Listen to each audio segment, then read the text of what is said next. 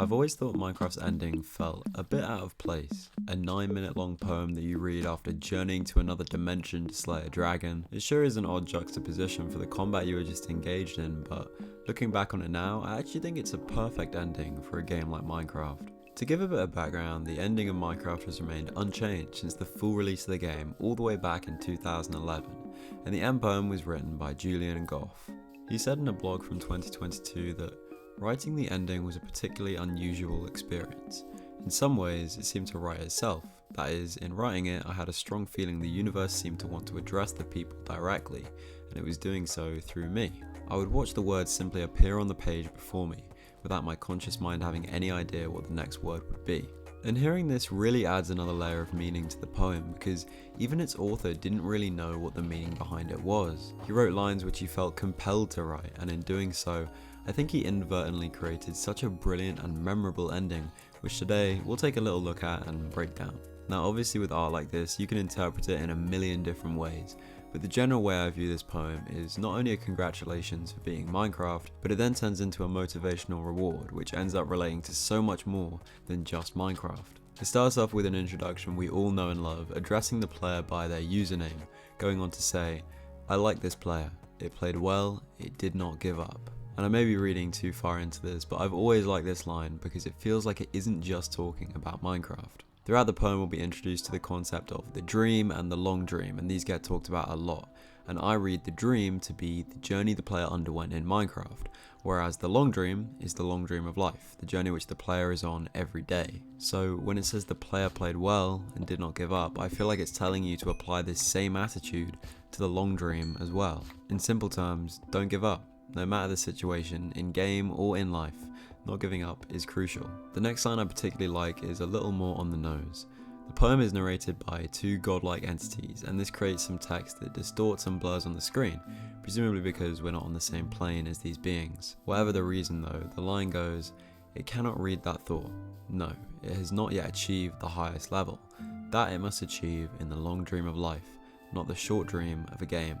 This one's pretty simple, at least I think, and that's again this congratulations for beating Minecraft. It acknowledges you've gained a higher level, that's the whole reason you're able to read these beings' thoughts in the first place, but you aren't even close to reaching your peak. And no matter how many times you beat the Ender Dragon, these words will always escape your viewing. And that's simply because you can't achieve this highest level in the game. It wants you to go out there in real life and achieve something that will progress you and change you as a person and help you reach this peak. Probably my favourite line in the poem though has to go to the title of this video.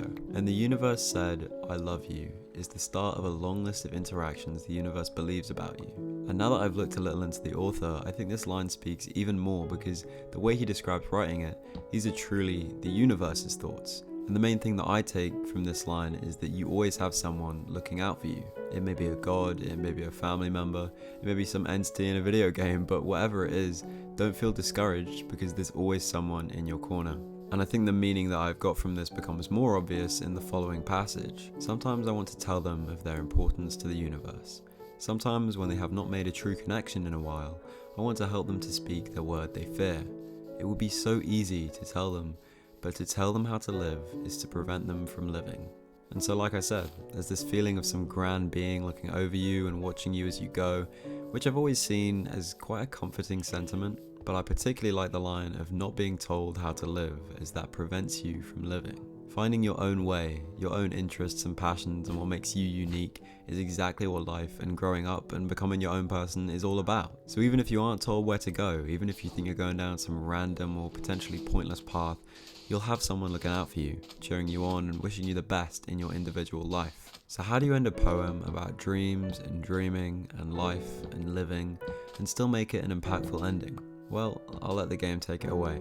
"And the game was over, and the player woke up from the dream, and the player began a new dream, and the player dreamed again, dreamed better, and the player was the universe, and the player was love."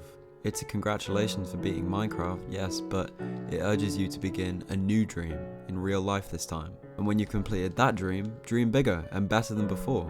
Eventually, you'll become that universe to someone else. And looking out for them and watching over them, you'll become that comforting source of knowledge and love for a completely different player. I think when Julian was writing this, maybe he did have some interference from the universe, or perhaps he just had something to say after beating Minecraft. a game where you can do absolutely anything. And how do you cap off a game with no real goal or ending? Julian managed to end Minecraft whilst also creating a new beginning for so many in life. Once you finish the end poem, you respawn in your house like nothing's changed, and you go on the exact same as before. But I think the hope was, after reading this poem, you'd respawn in your real house, and have a changed perspective mentally on approaching the rest of everything you do in life. But hey, that's just my interpretation. I really hope you guys enjoyed this video. We do a lot of philosophical laid-back Minecraft stuff on this channel, so check out some more videos if you get the chance. But for now, thanks so much for watching, and remember, you are the player. Wake up.